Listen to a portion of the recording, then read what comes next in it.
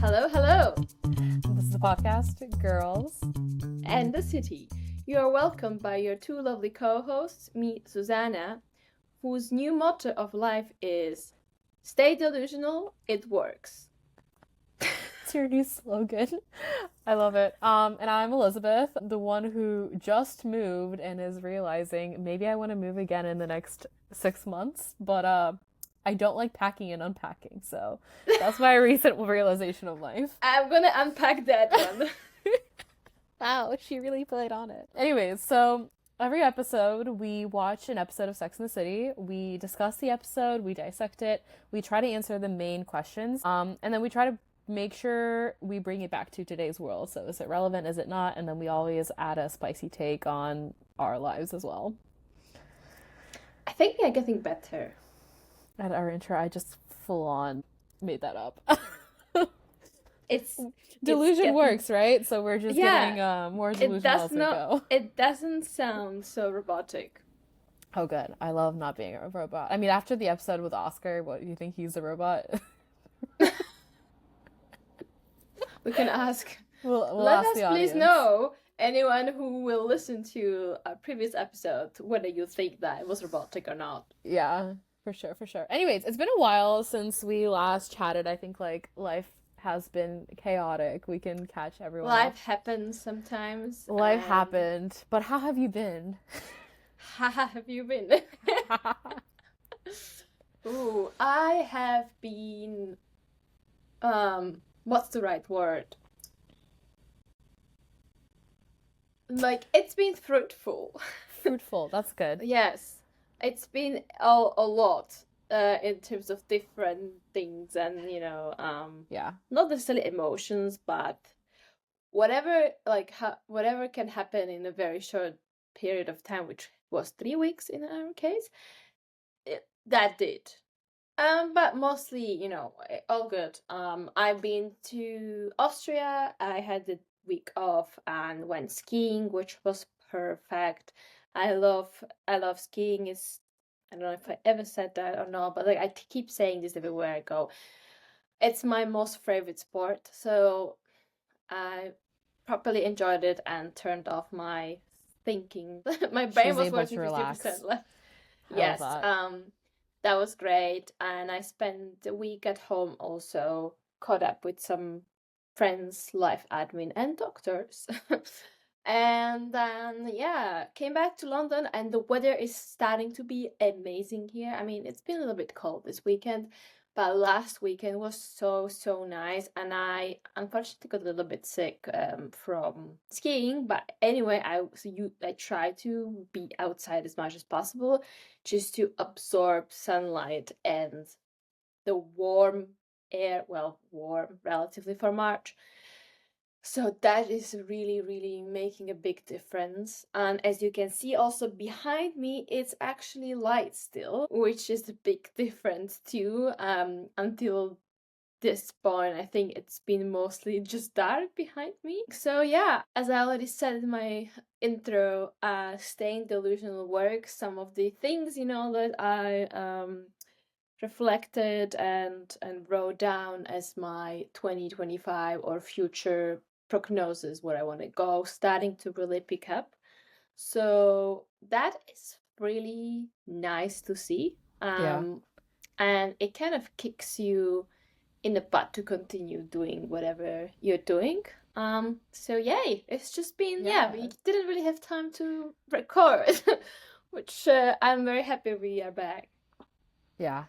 Yeah, it's nice that like we're coming out of like a frigid winter where like things are just horribly going wrong into like blossoming into the nice spring and starting anew in some ways. I think it's a good reflection of the last couple of episodes. But tell me, Awesome. What have I been going through? I feel like I've been since I last saw you on a marathon, and I made all these plans even before I saw you of like before my trip to Europe. I was like, oh my God, the next month is intense.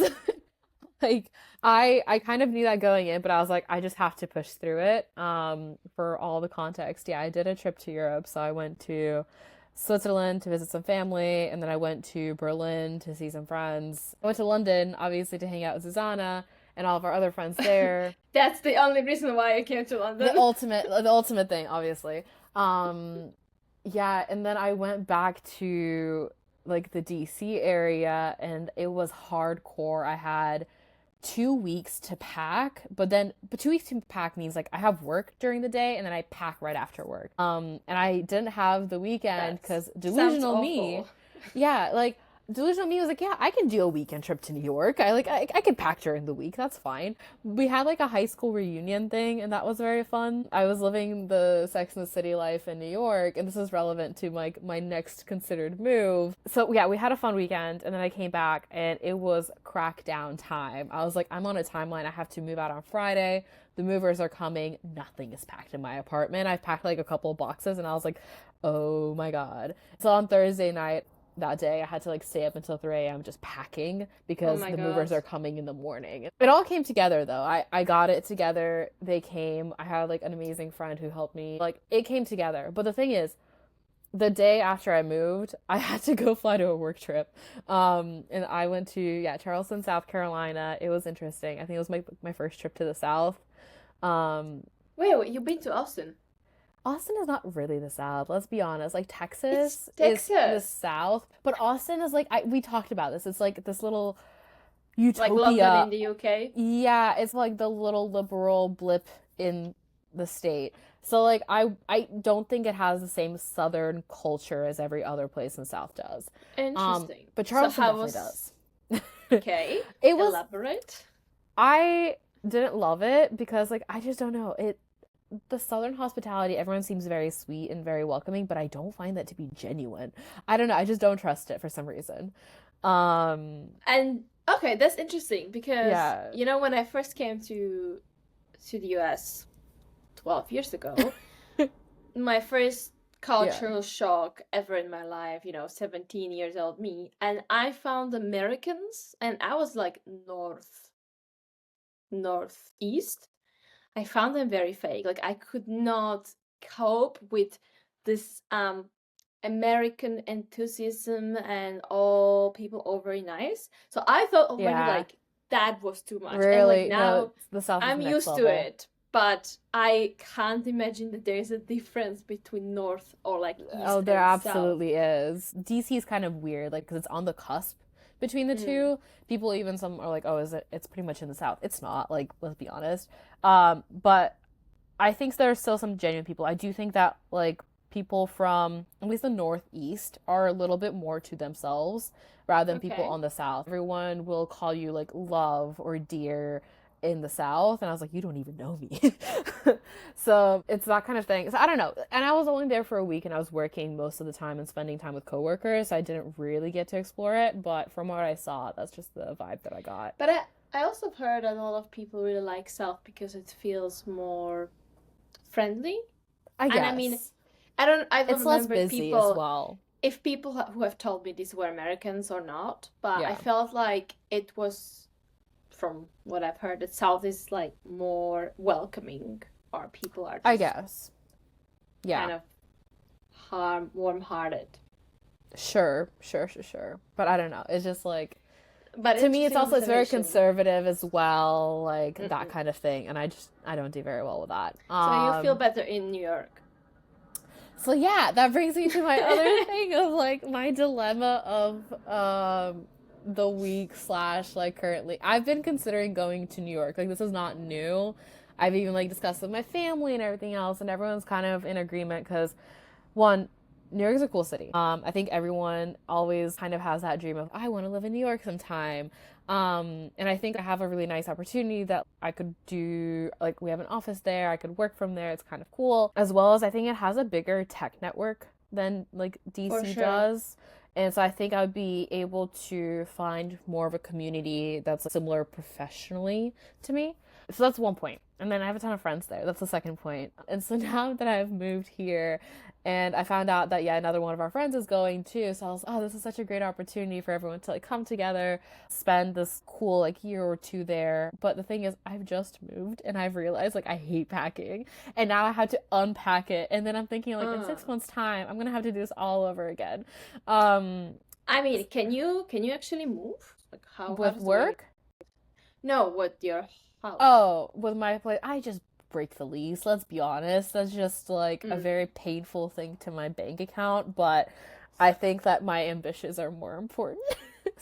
I mean, like, I think you just kind of just answered to yourself here. Yeah, I did. There's really like I was thinking about it, there's just really nothing stopping me. So I You might should as well go for take the it. plunge. I should just do it. Plus, it would be so beneficial for a podcast. I Yeah, mean, if one of us I is in, know. in New York, actually, it's a Our podcast destiny. we can do like recordings on streets of New York and do the same interview style that they do in the first few episodes. We could do that. That'd That be would fun. be, yeah, yeah. I mean, we could, Yeah. as of you could, or You I can come can, visit. I can mentally support you. Yeah, we'll also do it. We'll do a two Oh, city situation. I We'll do it would in London as well. definitely come to visit you. Good, good, good. Okay, so we can I, actually do I'm Sex and the already City. booking a trip to you, even though you're not Oh, even moving yet. oh, amazing. That's But perfect. anyway, But yeah, I'm trying to think. That's pretty much it on the update side. Should we dive into the episode? let's move to the We're episode. just professional yappers at this point. Yeah, that's definitely one thing I excel at. Yeah, yeah, we do. It's on our resume. Okay, well, episode. So we're in season 2, episode 2. I forgot the name of the episode. This is really embarrassing. The awful truth. The awful truth. I like it. But I'll give a brief summary. We begin with Carrie and her friend. I believe her name is Sharon or something like that, right? Susan Sharon. Susan Sharon. Anyway, so she's married to this awful, awful dude who you see blips of their relationship and he's just yelling at her about putting like the CD in the wrong box. Very, very like 90s. But essentially, yeah, she's married to this horrible guy who's clearly like kind of verbally abusive to her. And also Um, has anger management yeah, problems. honestly, this man can't control himself. She puts up with it, but she's complaining to like Sherry about it. They go over to her house. She's like almost sneaking around to like not wake him. And then she gives Carrie a gift. It's a cashmere scarf, sweater, I Scar. forgot, Yeah, scarf. yeah. And she's like, "Oh my God, this must be so nice and expensive." She's like, "Actually, can I return it because I could really use the cash?" Kind of thing. Classic. Classic Carrie with her financial mismanagement. But I Felt do, I do, I do kind of, respect her for it. She was just like very honest, being like, yeah, actually, can I just like use the money somewhere else? And she's like, yeah, totally for sure, fine. for sure. But anywho, they end up waking the husband up, and he's again furious because he has to be up and early because he's on like London time. So Carrie essentially almost inspires her to want to leave her husband, um, unintentionally. But then like that idea sticks with Susan Sharon, and she actually I think ends up like thinking about it and actually almost going through with it. Um, and Well, I mean, she actually calls Carrie the next day and yeah, asks her if she should leave their husband or not. yeah, And Carrie kind of tells her, well, if you're unhappy, it doesn't make sense to stay in the relationship. Which then she's not kind of like not sure if she should have been that straightforward and given advice. But long story short, Susan Sharon did leave the husband. yeah, yeah. Or she yeah basically like is leaving him. And then we also fast forward to the girls having brunch and they're starting to talk about Miranda's man that she's seeing who likes some dirty talk in bed, and she's just discussing how she finds it kind of weird and off-putting, and she's like, I don't know how to partake in that, it just feels weird. And then out of nowhere Charlotte's like, what do you mean, you just like gotta give them a little bit of encouragement. Which, like, Yep. out of all people, I was like, Charlotte, wow. She's, like, basically had a whole set of phrases that she uses on rotations, like, as her regular part of, the engagement there, which was hilarious. And then we also, I think, Carrie receives flowers, and they're from Big. And For her it's birthday. for her birthday. Yeah. But then Carrie, like, is confused because I would also be confused. Like, my ex sent me flowers.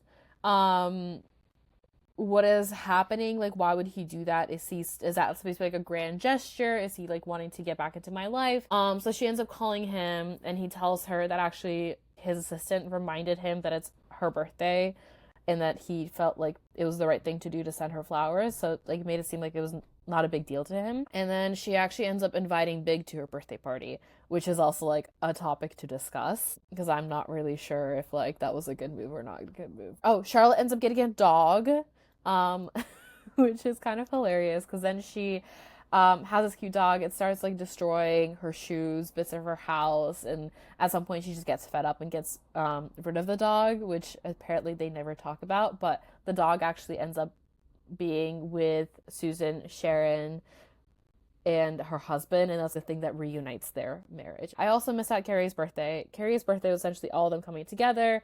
Mr. Big was like, I'm gonna bring a friend. Carrie's worried that he's bringing a woman, but he actually ends up bringing his old divorced friend, which we've met in the previous episodes. And the birthday is kind of interesting because they have belly dancers there, where Mr. Big is just giving them dollar bills as if he's a strip club or something. But it's just like a strange collection of Carrie's friends, Mr. Big, Susan Sharon comes. Mr. Big's friend and Susan Sharon chat, and then he gets annoyed with her. It's just that kind of thing. But it's a weird dynamic for sure. And that's pretty much it. Did I leave anything out of the summary before I present the major question? Yeah, so there just like a few small details. So the closing of the episode is that Susan Sharon, I think she kind of realizes throughout the episode that she wants to come back to the relationship, or that she's waiting for the husband to reach out. And actually, as Charlotte gets rid of the dog because she's like, okay, like he's a bad dog, like I can't have that. The dog is the reason why Susan Sharon and her husband get back together. Right. Yeah. And we also had Mr. Big and Carrie like walking down the street after her birthday, and he's like, "Oh, do you want like cab fare?" He's trying to be nice to her, but it also kind of leaves their relationship in a weird place, I'd say. Yeah, but I think that kind of opens up the question that we That's can true. move on. Hello everyone, editing Susanna here. So somewhere around this time I realized my mic wasn't actually plugged in, which is why my audio changed slightly from now on. Anyway, apologies for that, and now let's go back to the episode. So, the question, do you wanna... The main question. Well, the one that I have is like, are there some things that are better left unsaid? Yes, I mean there were two questions, but I also think this was the main one. What was the second one? Have we put such a premium on being open and honest with one another that we've misplaced the boundaries of propriety? Okay, that's a fancy question. That's a very fancy question, yeah. She does do that a lot. Have you noticed? Like, she would have like one general, and then she would have like one specific. Like one overly complex. I guess we can start there. Oh wait, no, we forgot a huge part of the what? Of this. What did we whole forget? thing with Samantha. Oh my god. Okay, how could I forget? Okay, part of the thing is Samantha is still seeing Richard, and Richard still like is Has not a small penis. Okay.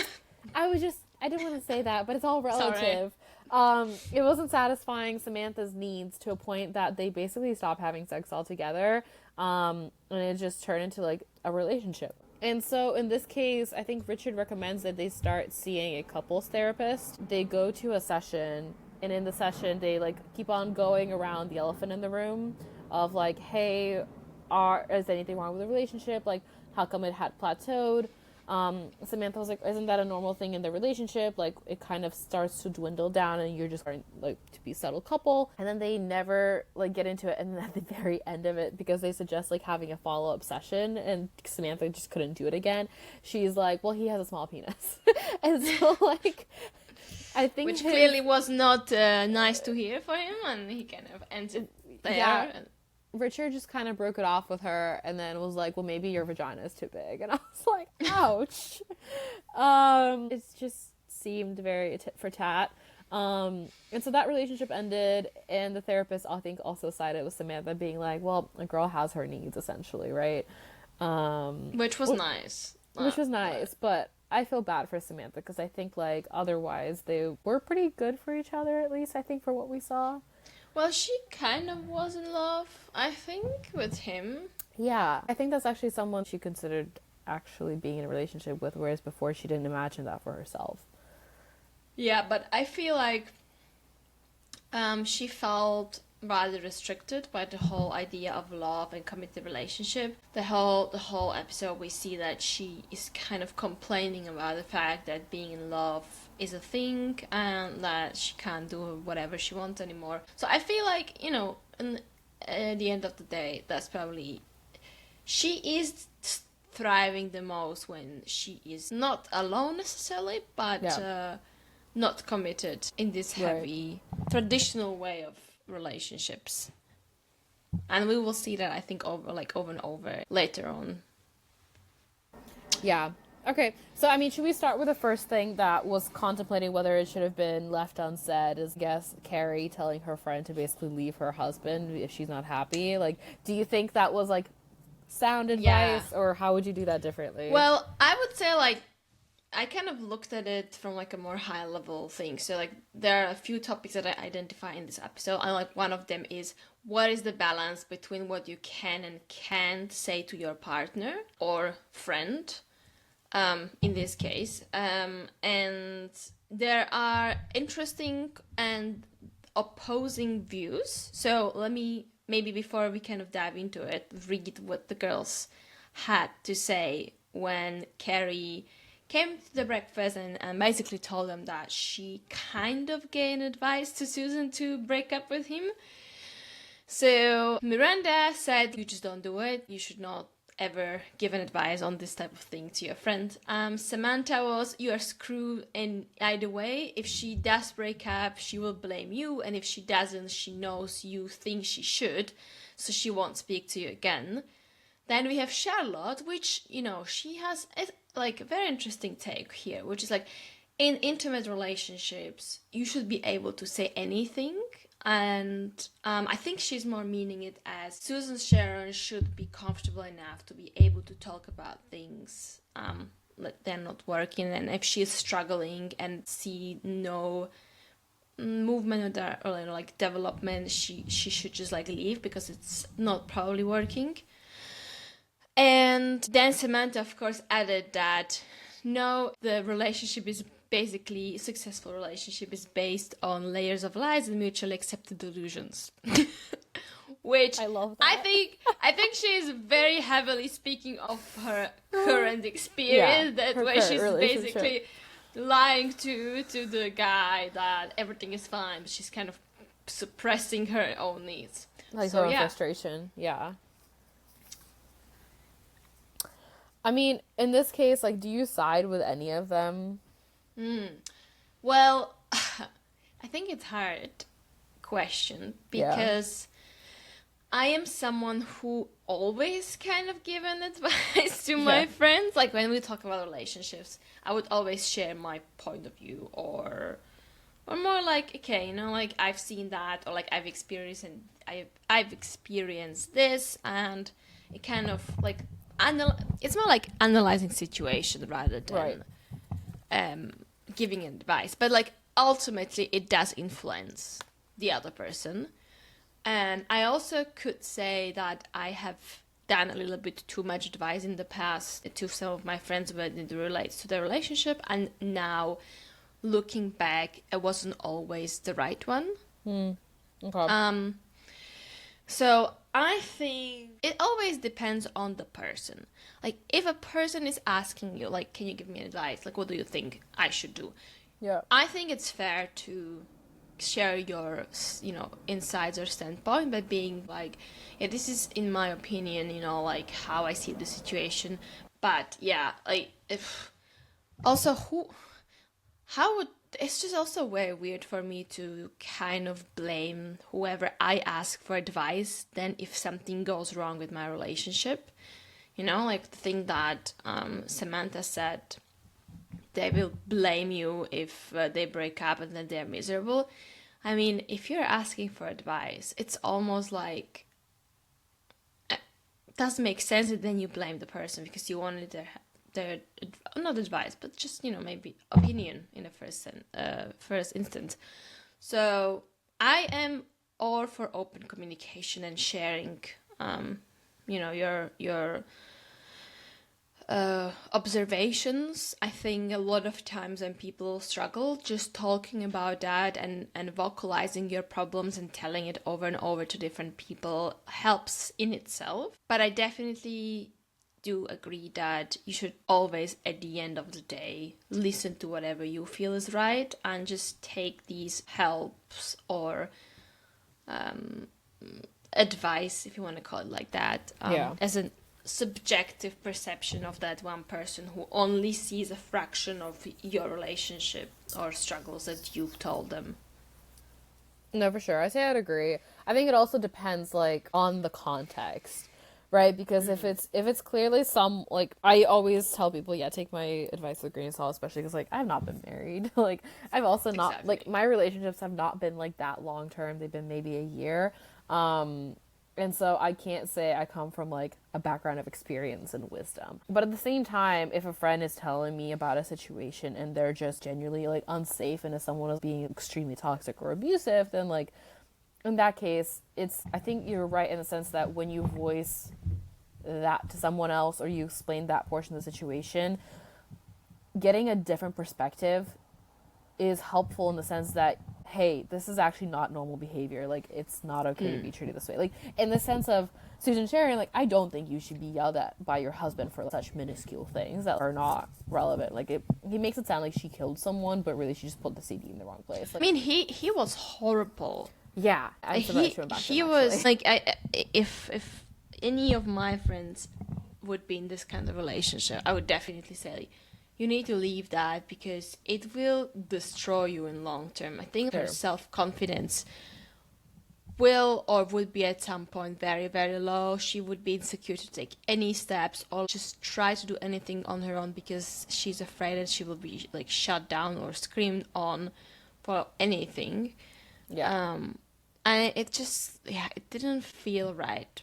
But it kind of ended up as they made it work at the end of the day.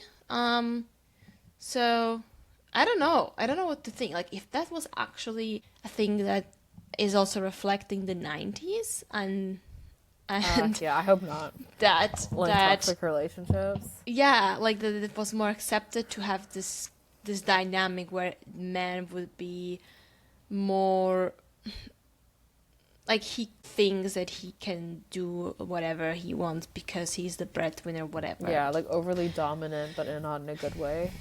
Yeah, exactly. At the Yeah. same time, again, I have not been married. We've seen very small part of that relationship, but like it felt unhealthy. Yeah. I still would say that. But yeah, I mean they've been married, and sometimes it's just different. Right. Probably when you are together with someone for years and you're married, not probably, for sure, and when you're Yeah. with someone relatively for a short time. But there's one more thing that was mentioned that let's discuss it because Okay. it caught my eye. So basically, as they were breaking up, or in initially when she was leaving, he said that he feels pity towards her because he will be remarried in a year and she will be single for the rest of her life. I assume they were in their 30s, maybe like mid to late 30s. Yeah. And when Carrie commented on it, saying Richard's last statement was probably true. I still think that's sadly true. I think this is going back to our episode 1 or 2. Is that it does become, I think, tougher for women if they do want to end up being remarried. That I just think based on simple numbers, right? Because women would want to go for someone their age or older, whereas men have the opportunity to go way younger if they wanted to. Well, I don't think it's necessarily age for women. I think it's more financial or economic stability, Oh, security. really? Okay. But then Oh, I we thought were it was also talking about... age. I think it's age. I honestly think it is. Because, like, okay, maybe in the 90s it was not so that even if they ended up getting divorced, she would have had to take care of herself and that would have been harder.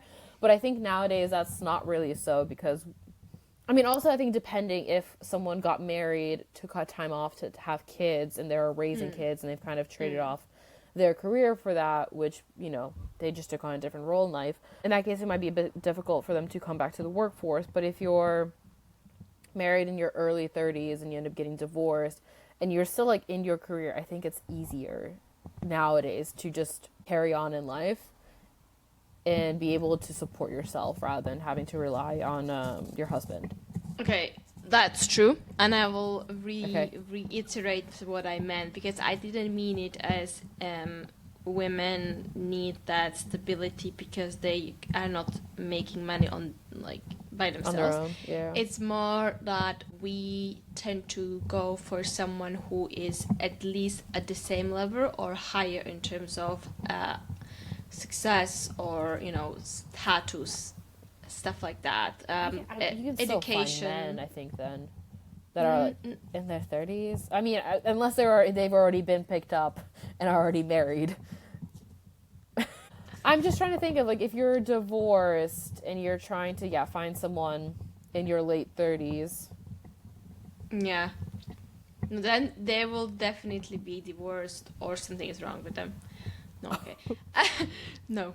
I mean, there's always exception. I'm generalizing here, but I feel like once you are around the 40, the group is smaller. Like the group of singles. There will single be people a are lot smaller. of men and women that already had past relationships and might even have kids or had marriages. And so the complexity of that will be much different than, let's say, when you meet someone in their late 20s, early 30s. For sure. But I mean, it definitely is a consideration, but I think the trade-off of staying in a toxic relationship or being on your own and having a harder time finding someone that, like, is gonna like, and that's the thing. Yeah, like, this is sad true, because I feel like what we are being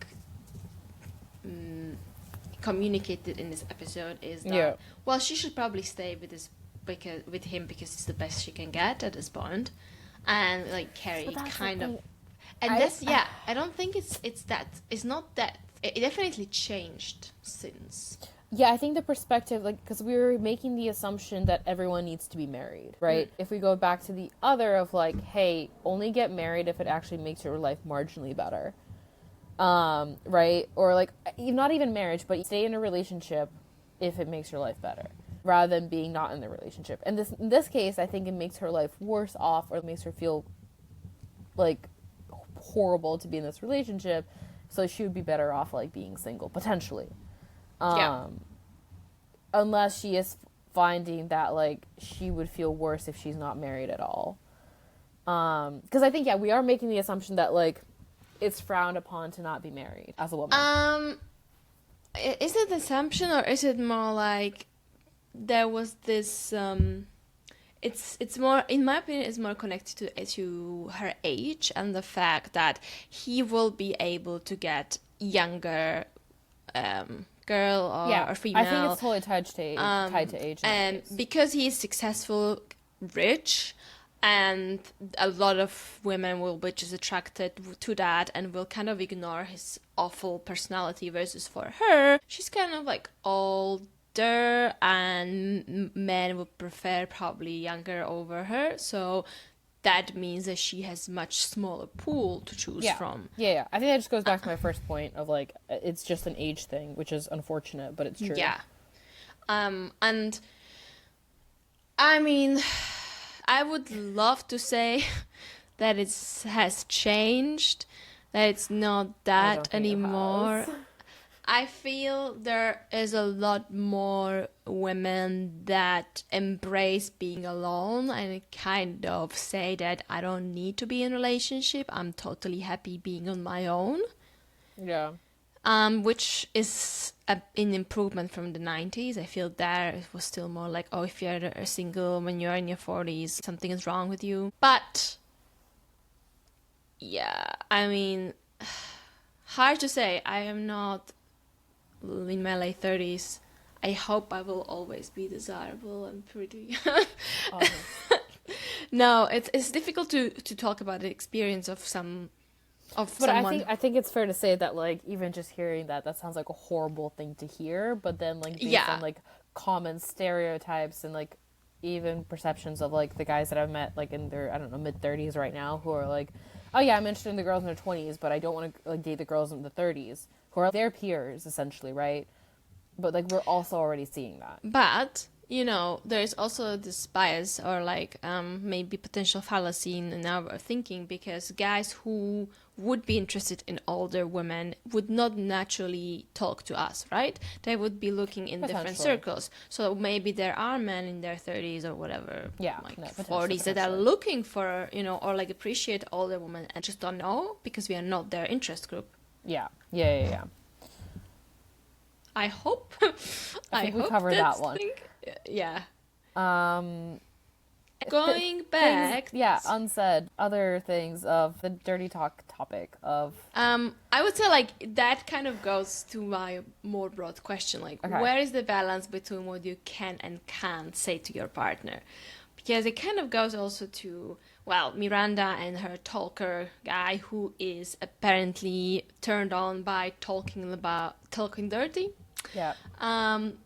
Samantha and the small penis problem, and then Charlotte with basically her statement of, well, I think in intimate relationships you should be able to say anything to your partner. Yeah, I also like, I agree that you should be able to say anything, but like the dirty talk conversation side of it is obviously it's a pretty new relationship, and it just like, I also was thinking about it and I was like, it seems something like you should be openly able to talk about as long as like on the same level, like as long as I think you find it both like, because I think Miranda just felt forced to be into it. And it didn't seem like coming as genuine from her side. It definitely was forced at the beginning, but then she kind of went all in. I guess. But I feel like she still kind of almost like had to fake it to make it. Yeah. I mean, hard to say. I feel like she pointed out one thing, which was the only place I don't want to talk because I talk like all the time during the day is sex, and now I'm forced to talk there as well, and it's just not really what I want. I think a lot of people have this approach, and it's just at the end about compatibility in this intimate area. I feel like there are people who need to talk about it because it's part of what makes them enjoy it, or part of the whole experience, and then there are people who absolutely can't. I also think it depends on, like, to me it just felt uncomfortable because it was so early on in the relationship. Again, just like with everything else, and I keep on iterating this point, you have to know the person well enough for that to come out like organically and naturally, because I don't think there's anything wrong with it, but it just seemed like very forced and uncomfortable in that sense. Like for me, if someone just like randomly started like, talking like that when they, I don't know, it's such an early stage in the relationship, that would turn me off, honestly. But then, my question is, when you're gonna have this intimate,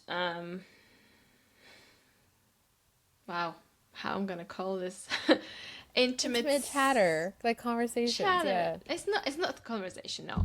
When you are being intimate with someone and you end up in bed, whatever, this is what you like, right? If you are a talker, let's say, this is essentially normal for you and you will do this regardless. So if you end up with someone in that situation already, I would also be like, well, if I am not going to talk because I don't want to freak out this person, like it doesn't make sense for me to sleep with them because I would not enjoy it.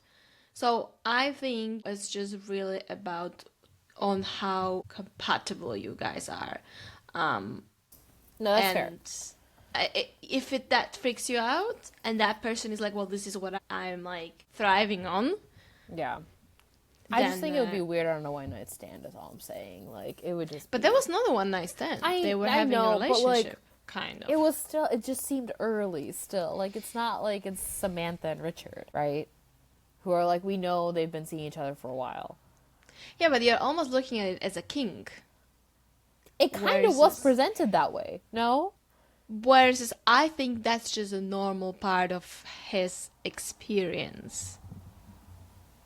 But there's nothing... Well, like, okay, like, let me put it this way. For some people, kinks are a normal part of their sex experience. Okay, yeah, that's the difference. Like, if you have, like, foot fetish or whatever... But it's just like any other sexual preference, it's one of them. That's all I'm saying, right? What I'm trying to say is we all had stories where, or experiences that where, like, the partner didn't say anything, like they were just quiet, like they were giving you zero feedback in terms of what's happening, and you would complain about it, but they cannot turn it off being like, oh, now I'm gonna be vocal even though I actually like to not talk. And I think this is the same thing. Like, this is just That's like fair. normal, you know, part of the whole experience for the guy, and it's just not a thing for Miranda, so she found it weird. Right. I mean, just like any other like kink or sexual preference, I think it goes back to all that. Because whatever someone finds like interesting and something that they expect to be a part of it, someone else might not. Yeah, I think it just goes back to that point. Things that should be left unsaid. I mean, any others that you picked up from the episode? Because I've also asked my friends about this. Let me check my note. I mean, go on. So I'm not holding the time, and I will, while you say your friends' observations. Yeah, my friends, I just asked them, I was like, is there anything you wouldn't discuss with, like, a partner? And, like, for them, it was a little harder because one of my friends, like, I've never been in a relationship, but I can tell you what I don't want to talk about to a guy that I'm either hooking up with or, like, while we're in bed or whatever. Basically, she was hooking up with a guy, and I think he stopped in the middle of it and was like, oh, I think your period's about to start. So her thing is like, he should not be telling me that my period is about to start. That was her thing. She's like, do not mention it in bed. Wait, I have questions here. Yes. For context, her period was not about to start. It's just like, there was... Why would he, like, how long have they been seeing each other? This is like a hookup. They've met like 2-3 times in their lives. And why would he say that? Like, because I think he just saw some blood and he got scared and decided to bring it up. So she's like, I don't want him bringing that up. You know, I've actually had one partner who could tell that it's coming. Interesting. Like, he could... Is he a fortune teller? That my scent would change. Oh, interesting. It's your pheromones. And it literally, it was right. Like, it was always right. Okay, so you're okay with that being brought up in the relationship. Okay. Anyway, my friend was just like, this is a guy that I don't know very well. Why is he telling me things about my body? Like, stop. Because he was also wrong, which was hilarious. Because he just misinterpreted I think it's also about the delivery. You know, like, if he says it in a way, like, I know more than you, I would be also like, well, what do you know about my body? Like, go fuck yourself. But if it would be more like, oh, well, you know, like, I'm being genuinely enjoying the whole... Then he's like, oh, you know, maybe I think your period is about to start. Like, I saw you some blood, whatever. I wouldn't take that offensively. So I feel like it's more about how he said it. I also just like, I think it's why do you have to bring it up? Like, because what is the intention with this communication? Like, okay, thanks for letting me know. Like, I'm not gonna do anything about it right now. Like, I guess I am just a very communicative person then. Like, I say a lot of random stuff. Point was like, one, he was wrong. Two, what did he think she was gonna do about it? Be like, okay, well, I'm gonna go now. Like, I would be like, I mean, like, I have no clue how the moment was, but I would be interested in understanding why. That's my whole point of like, what is he trying to do with this information? What are we getting at right now? No, but he was maybe just genuinely like concerned, and then I would just be like, okay, why do you think that? Like, I would just ask. Concerned? That's I the thing, don't like, know. women have periods once a month, right? Like, it's a normal thing we live with. It's like, okay, heads up, like, okay, it's a normal thing. I think like there are also different hookups. Like I would say that, you know, if it's just no previous build up, yeah, and like some people are more physical than the others. I would probably know that person a little bit and talk to them before I end up in that situation. So, well, I don't know. Actually, I don't know. If that's what makes her feel uncomfortable, good for her that she vocalizes it. It's not as makes her feel uncomfortable. It's just a weird thing to bring up. Like, it's, first of all, did he think she doesn't know? Like, let's be honest, every girl pretty much has a sense of like when her period is coming. All of us have cute little apps that we track it with, or we know just in general like when the month is happening. Like, was he trying to enlighten her about this information? It just felt weird, like in that sense. Fair. Of like, why are you bringing it up? Did she ask why? No, like he's not someone that she's gonna be actually asking feedback from on like anything random. Like, it's a random hookup. I mean, I would. Oh, I'd be like, wait, let's stop. Why? Why do you think that? Anyway, moving on. Anyways, otherwise, yeah. Also, friend said that any other just general sensitive topics, of things that would potentially make them like either self-conscious or uncomfortable, like that would be a weird thing to bring up in bed. No. Oh, wait.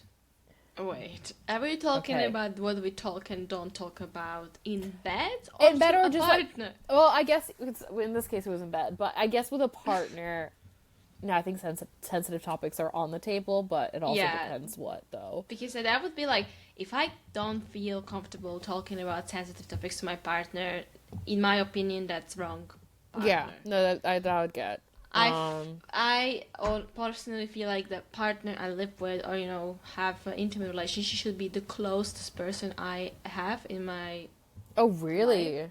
Yes, and then like because you essentially are choosing your life, who you're gonna spend your life with. Okay. Who is gonna be at your house, or who you're gonna share, a big portion of your life, finances, house, like everyday things, potentially, becoming parents with this person, like all these things. So for me, that person is like a pivotal or primary person that really, like, we need to be very close. And I would also say that I tend to be like, it usually has been my best friend. Like, my partner would be always my best friend, and I would tell them literally everything.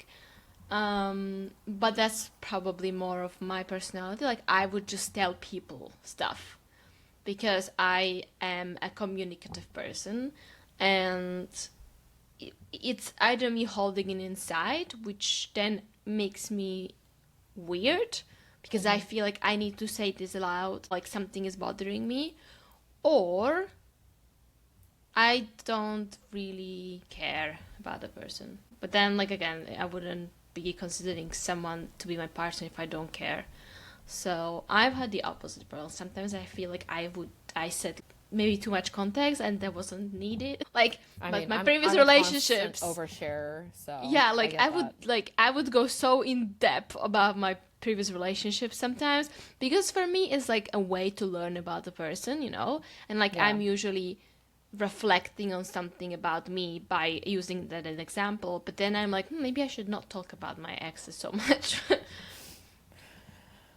No, that's fair. And it's not like, I think the talking about exes thing, I think some guys, and I think this is like people who are a little more insecure, I think, in a relationship, but they feel like girls are sharing that to make them jealous. It's not. I think in most cases.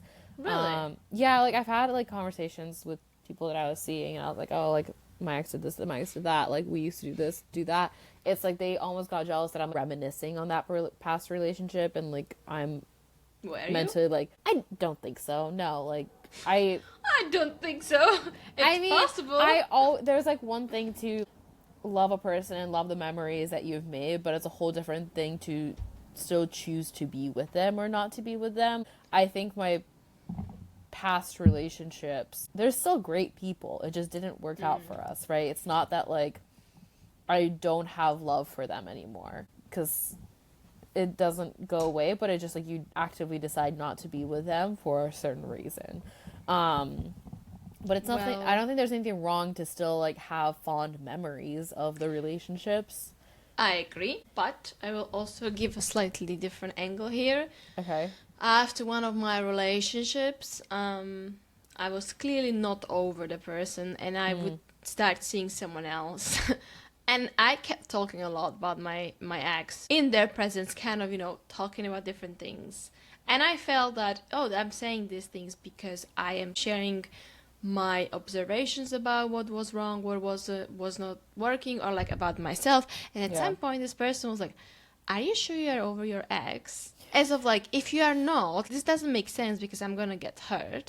Yeah. And I was like, definitely I am. I'm fine. Long story short, a few months later, I definitely wasn't. And this person did get hurt by me because I was a little bit mess. But I mean, it wasn't also right. Like, the more I was meeting the person, the more I think that was clear that we're just not compatible. But it did, he spotted it early on, and I thought I'm over. Like, I genuinely in that moment felt like, no, I'm talking about this just because of, using it as an example. But then months later, I realized that I definitely wasn't over back then. Yeah. No, that happens too. I mean, hey, we're all young and naive, and yeah. We think one thing and then sometimes we feel another. But before we move on from this question, I have one more sub-topic to, explore, which is there is one specific area where I have heard different opinions among my friends on whether this should be shared with your with your partner or not. And that is, if you cheat, or you've been cheated on, like, is that something you should tell your partner, or you want to communicate with them, or you want to be told, or not? Wait, that you've been cheated on in the past? So it kind of goes both ways. Or that you've cheated? Like, it kind of goes both ways. Okay. It can go up from, like, I have a crush on someone. Like, is it going to be something you're going to tell your partner and kind of go through that together? Up till I have done something and I'm going to tell my partner, so we're going to cope with it together, versus I'm going to keep that, inside and deal with it myself. And also there, like, to our past episode, where we talked about, like, whether you should or shouldn't tell, whether... We definitely talked about it, but maybe this is more of like, okay, when you identify that you have a crush on someone, I have this one friend specifically. Wait, so context. You're, let's say, in a relationship, and then you realize you've developed a crush on someone. Exactly. Like, okay. You are in a relatively happy relationship for years, and now you're working with someone, and, like, it starts to feel, there is this chemistry. Okay, interesting. I have this one friend who always would talk about this with her partner, being like, well, I have a crush and I'm gonna get over it, but I'm telling you. And I kind of like, we work together to get over my crush, because I don't want to for sure, interesting, break up or something. But this is just like a natural part of me, and I'm telling you this. I'm just trying to think, like, how I would react if a guy that I'm, like, seeing told me that. And she's also being this light about it. Like, as of, like, this is just a normal part of, I think it just really depends on the person. Because if I was told this, and I was talking to my friend of, like, because we identified we're not jealous, we're just very possessive. And I... Good that you know. Like, that's the thing, I won't get jealous as long as I know securely someone is my partner, and, like, that's that. But I'm very possessive. Like, I have had, like, boyfriends where I know someone's actively trying to pursue them, but I know, like, that I feel confident and secure enough that they're not going to reciprocate. But I am possessive. Thumbs up. Thumbs up, I am. So, like, I almost, like, I don't think I would want to know. And, like, I think it really depends on, because if it is a meaningless crush, Like, what is the point of making a big deal about it? Okay. That would be my perspective. But I'll Uh, hear out what your friend and you have to say. I mean, me and my friend totally different when it comes to emotional Okay. needs and how we deal with emotions and what we need in the relationship. She Yeah. is like this. She is very much kind of cheerful about things, and also when she's going through hardships, like I feel always this lightness to it. She would identify the situation, but would be like, yeah, this is like how I feel right now, and I'm gonna like move on, or like, you know, like these are the next steps I'm gonna do. Like I am going through emotions very intensively, and I can't just be like, oh well, now I'm heartbroken, so I'm gonna like decide to date new people. And I'm like, I'm gonna try it because rationally I know it's good, but like emotionally I am deep in the heartbreak.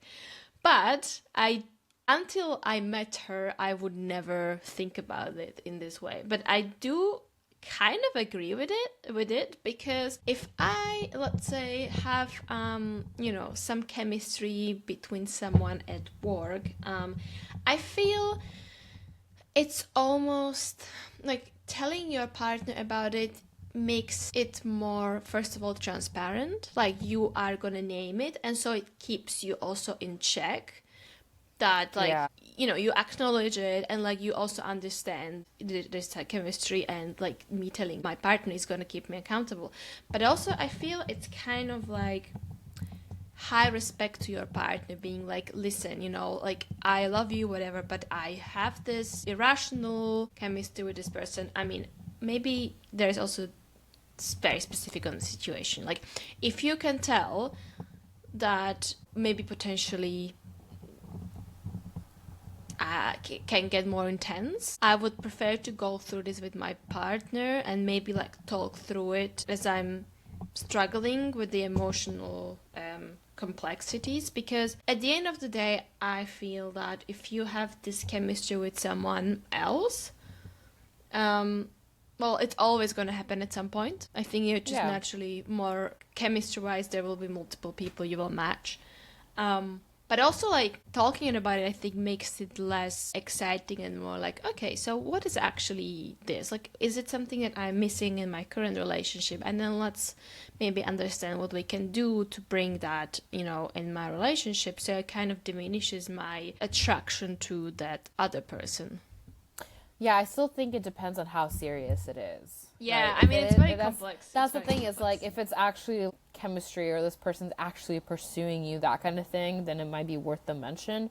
But I think if it's just a harmless crush that's gonna come and go, like why worry about them? Why plant that seed in their mind? Because I think especially if you have maybe a partner that is prone to jealousy and those kinds of things, like why would you want to spark that in their mind? So I think yeah, there are certain That's a good considerations in point. place. I feel like there are so many variables. Like it depends on you, it depends on your partner, it depends on what your dynamics are. It depends also Yeah. who this third person is and how you usually like Yeah. process And I think emotions. as well as if they meet, it might be worth the mention being like, hey, if you feel some sort of vibe between me and this person, don't worry, it's nothing. It's just like a harmless whatever. And in that case, I think it makes sense to do that. And I think I've done that in the past too, being like, hey, you meet someone that like might have open, like I was in a relationship once and someone else openly told me they have a crush on me and they're interested in me, but I clearly shut it down. But I'm like, hey, if they're going to meet my partner and if they're going to like be in that circumstance, I'd rather have them learn it from me than the other person. So in that case, I think it's definitely worth the mention. And I mean, like, just to close is like actually what you Yeah. said is true. I think you probably as someone who you said yourself you are like more possessive, probably wouldn't be a good idea to tell you about all these like small things that would happen. For me, I am like, for me the worst thing that can happen is that I don't know about something. Like I need to Yeah. like, for me insecurity in a relationship is created by the feeling that I feel my partner is not telling me something, but I know there is something. So I would rather know about this thing so I can then process it than not know. Yeah. No, it's And fair. that goes to anything, even if they are thinking, I want to buy a plant, you know, and like, where do we want to put it in the house? Like, I want to talk about it. You want to talk about where you want to put a plant? That was a random thing. That was a random thing that came to my mind because I see a plant behind you. No, there is for any future partners of mine. There is no degree of management of plants. Plants are always welcome in the household. You can put them wherever. No, I don't think you could put it whatever. in my Really? house, there are specific places where I think it would look good, Wow. and I would prefer to have a chat about it. Okay. Okay. Maybe I mean, it needs to look I'm a free good. spirit. No, that's true, but like I'm such a free spirit that I'm just like, yeah, everything's good. Well, Okay. That was that topic. Do we want to talk about Big and Carrie and her birthday? Because that Yes. was like awkward. yeah, I mean, that's as another hell. big topic here, right? Like, more of like, again, bringing it up to the big topic, because that's what I do, is how, like, staying in a relation, how do you deal with someone that you break up? Like, in this example, we clearly see that Carrie and Mr. B kind of continue talking on semi-regular basis, and that she kind of feels friendly to invite him to her birthday party, then just realizing that she invited him because she's probably still in love with him and freaking out about it. Because I think it's a big it's jump, an approach. right? It's Yeah. like we talked about last episode, the breakup rules. She ran into him while she was with the Yankee. She realized she's not over him. She's not okay. And then we jump to this where he is sending her flowers for her birthday and she's inviting him to her birthday. Like, it's clear she's not over him, but I don't understand because it's clearly like she ended the relationship because he couldn't tell her that she's the one, but she's still trying to keep him in her life. Oh, I understand it completely. I'm like that. I mean, I'm I'm probably like- like that too, but like that's self-sabotage 101 right there. Or delusional. Yeah, it's the same thing. Yeah, but as past Susanna said a few minutes ago, stay delusional, it works. Well, sometimes it actually does work, and I kind of see it. Also, Wow, having said The detail, hater of the she- Big and Carrie relationship says she can kind of see it. Okay, I'd like to just acknowledge that. She is reacting to the flowers. Okay, like she would not reach out to him, but when he sent the flowers, yeah, I mean, it's not the first. Like, I have done it myself. Like, I would sometimes continue talking to someone that I ended things romantically, because I always want to. Like, it was the dear person to me, so I don't want to completely shut down and burn all the bridges. I would still feel there is like value we can bring each other's life, but maybe sometimes it takes time. Well, you can take time to recover, is what I'm saying. Like, you can take a break, recover from it, and then become friends after. I think that's perfectly normal, but you still need to take time out. I think. Yeah, that is ideal. That is ideal. Okay. But anyway, how would you explain this? Like, if my ex sends me flowers, roses, and there were a lot of them, I would also be like, what the fuck is this? I'd be like, he's still in love with me, obviously. Yeah, like, it's definitely a sign. He still cares about me, because he would not send me flowers if I wouldn't But mean anything. it's Mr. Big, and I think it's also right that his assistant, And his secretary. yeah, his secretary brought this, and he like did it in not a grand gesture. It's just literally like it was to be polite. Well, but we didn't know that until she called, so. Right, which was a disappointment. In that case, I would also be like, okay, well, thanks, bye. I wouldn't invite him to my birthday. No, I wouldn't. Unless I she's wouldn't. still holding out hope for him. I also think I wouldn't, but then I think she also wouldn't. And it was just in a moment she realized that she fucked up. Yeah. That's true. The whole phone call was quite awkward. So. Well, it became awkward because she first, I think, was excited to call him because, like, hey, he got me this huge bouquet of flowers, and like, it's gonna be a phone call where he tells me he still cares about me and that he wanted to make a gesture of this, but then it turns into an absolute train wreck of being like, yeah, I was just being polite, and she's like, well, come to my birthday. Like, it seemed like it was a reflex almost. I mean, it was definitely not planned. But is that something I have never done before in different variation of situation? I probably have done, like, very... on the spot things that, like, retrospectively I was like, well, I should have not done that. Yeah. I should have not agreed to that. And there are like also different conclusions from the girls. So I feel like Miranda and Samantha, they're more or less on the same page, saying that this was a very nice way of describing it. Rip up the card and watch up for thorns. Yeah. Sometimes roses are just roses. But Samantha mentioned not the jewelry though. Jewelry is different. We keep that stuff. And they basically said that he's just being selfish by sending the flowers, which interesting take. Charlotte at the other side, she's like, this is a grand gesture. If they make a powerful declaration of love, they don't want to leave your life. And also she said, well, stop being so analytical and overthinking it. A man sent flowers, appreciate it. Which I also think it's quite nice conclusion, being like, stop thinking about what this means or whatever. Like, it's a nice gesture at the end of the day. Yeah. And I think Carrie is just like, well, it's a vague gesture and it's even worse than no gesture at all. So, like, I would prefer not having flowers than having this and not understanding what it means. How do we feel about vague gestures in general? No, I can't do this. I am a person who struggles when things are vague and people are trying to tell you stuff in between lines. I agree. I'm currently struggling with it. It demotivates me to invest my time into that relationship. Yeah, unless I'm just so clueless that it's a grand gesture, but it seems like a vague gesture, so I guess that's no gesture at all. I would also straight up ask, being like, what do you mean by this? I am confused. What was this supposed to mean? I'm so scared of that.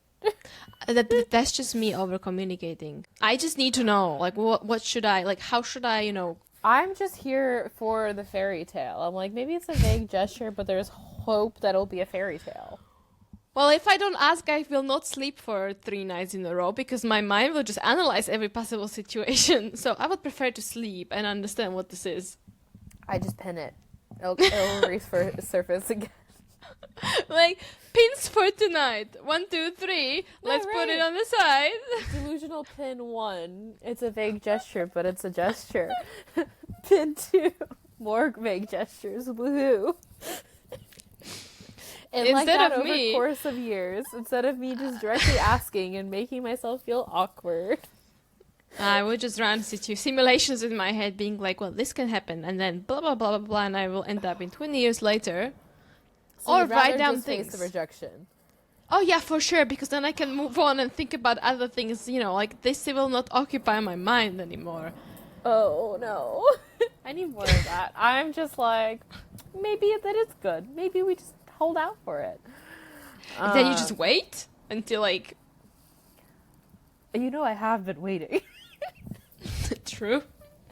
Queen of assumptions. Queen of assumptions. I'm always getting the benefit of the doubt to people, okay? The benefit of it's a gesture. There could be no gesture at all.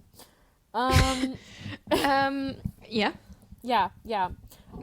Okay, so did we answer the question? I mean, I think we kind of did.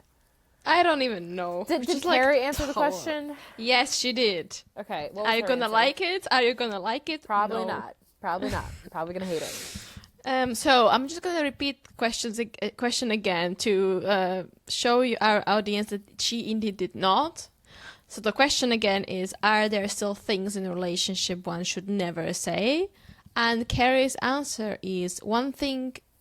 Well, this is not even her saying it. This is just like a narrator, Okay. or I don't even know who said it. Anyway, one thing Carrie still couldn't say to Mr. Big: I'm still not over you.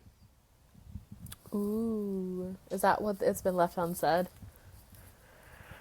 I mean, did she have to say it? I think it's kind of already assumed now. By who? All of us, including Mr. Big. Is it? I mean, he is a one difficult cookie to read. I think he is not the most observant person. He's not until later on, but we'll see. I mean, he was literally giving banknotes to the belly dancers around her. But he thought it was part of the fiasco. Like, I can't No. think he was just having fun and not really thinking about anything else. He was in the zone of that. He was not thinking about the relationship the way she was. Yeah, but he was like, oh, well, we are friends now, so I'm gonna just, like, be, a friend makes a big Well, type of thing. I think that's understandable because she broke up with him. He was True. not in any case unsatisfied. But do I think that he knows that she's still not over him? No. I think he has no clue. At least that's true. now. Okay. I think that's pretty much it, right? So, do you agree with that? Like, That does not answer the question, but I don't for agree those with who it. for those who are not watching the video version, Elizabeth just rolled her eyes. It's a very common thing I do. It's a talent, I know. Yeah, I don't like her answer. I think we've said a number of things that should not be said. I mean, did we just talked about it? Like, I actually don't know. I mean, I think there's not like a criteria per se, but like, Like, yeah. are we gonna close it as with our usual thing? Well, it depends. If it does, honestly, like, you shouldn't tell your one night stand she's about to start her period. You should talk about other sensitive topics with your partner.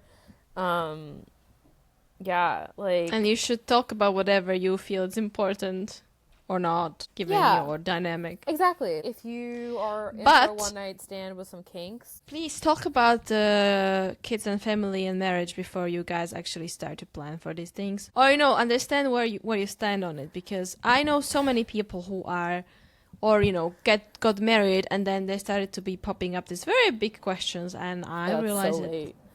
Wow. Yeah, Wow. exactly. No, I'd like to know about it for a second date, please. Thank you. Like, please prepare yourself. Bring your notebook and being like, okay, question number checklist. 1. Yeah, the one gets yes. Maybe that's how you should approach dating from now on. With a checklist? I mean, they definitely will find you special and memorable. I still haven't told you about the Calendly link I had for dates. I'm Oh, not okay. sure. The I'm not sure how Calendly to link- react to this. But the Calendly link wasn't my idea. It was actually my coworker's idea a while back because she created a whole growth strategy for my dating life in London. Because she was like, your calendar is very busy. How are you gonna have time to like schedule dates? And I was like, we can make a Calendly link for it. So we had like a whole like CRM pipeline, like it's basically like a reverse sales process.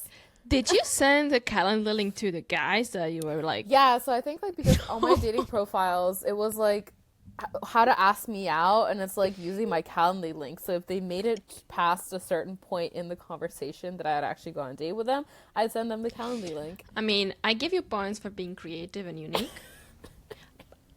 If a guy would send me a calendar, I mean, like, it's also different for the guys. Yeah. And the girls. I love you, Elizabeth. I think you're an amazing person. If I would have known you, no. If I don't know you and you send me like Okay, calendar link to pick a book a date with you, but my don't kind know. of weird guy is the kind of like, I had a guy who actually booked out pretty much my entire weekend, and I was like, dude, you can't do that. And he's like, what do you mean? There's no limit on here. Oh, And you I should thought have that was set a kinda limit. cute. I should have No, set a limit. no. But Yeah, he you like should booked have. out like an entire day, and I was like, are you sure you want to spend the entire day with me? He's like, yeah, I booked it. So like, my kind of weird guy would actually I be mean, into it's a good it. filtering. Like, if guys don't think this is weird and actually enjoy the process, you will definitely, There you go. high chances that you're gonna match. Yeah. I'm just did it- trying to find my type of weird. Did it work for you? That's a question. He was nice, but he was a No, Cancer. I mean, that should be fine. Oh, no, it was just like he was going through something in his life, so Oh, I wasn't Cancers- a priority, which is cancers shocking. usually do. I meant, like, has it worked in terms of dating goals? They're just tools. It's not like I've cracked the secret of dating. I'm just trying to organize my but- dating life. I don't use it now because I'm like, I haven't had time to date, honestly, with everything going on, but it has in the past. Let's just put it that way. It's a good way to get a pipeline, and if you're like looking to actively date, and like since you are going to be dating through like apps and everything else, you basically have a series of one-off interactions until you find someone that you're actually interested in. It's literally just how I'm trying to filter through the system that dating apps have created. Would you always get back to person if you don't feel it works? I think I definitely should. I don't always, which is horrible, but like, yeah, I think it's definitely a good practice. Let's put it that way. I mean, okay, so you're advocating for ghosting. I mean, I just no.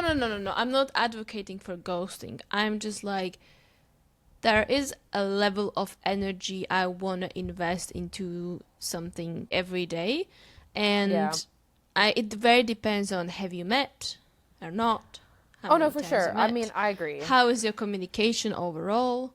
And I admit I did ghost more than I should. Yeah. But it was never because I was doing it on purpose. It was more like, well, I know that this is kind of not working, and I am generally a bad texter, and it's just capacity-wise, I would prefer to spend that time on something else. Okay, so for a while, because of that, I had a canned message. Yeah, I know. Yeah, so my canned message, like, I think in that case it works, because you don't.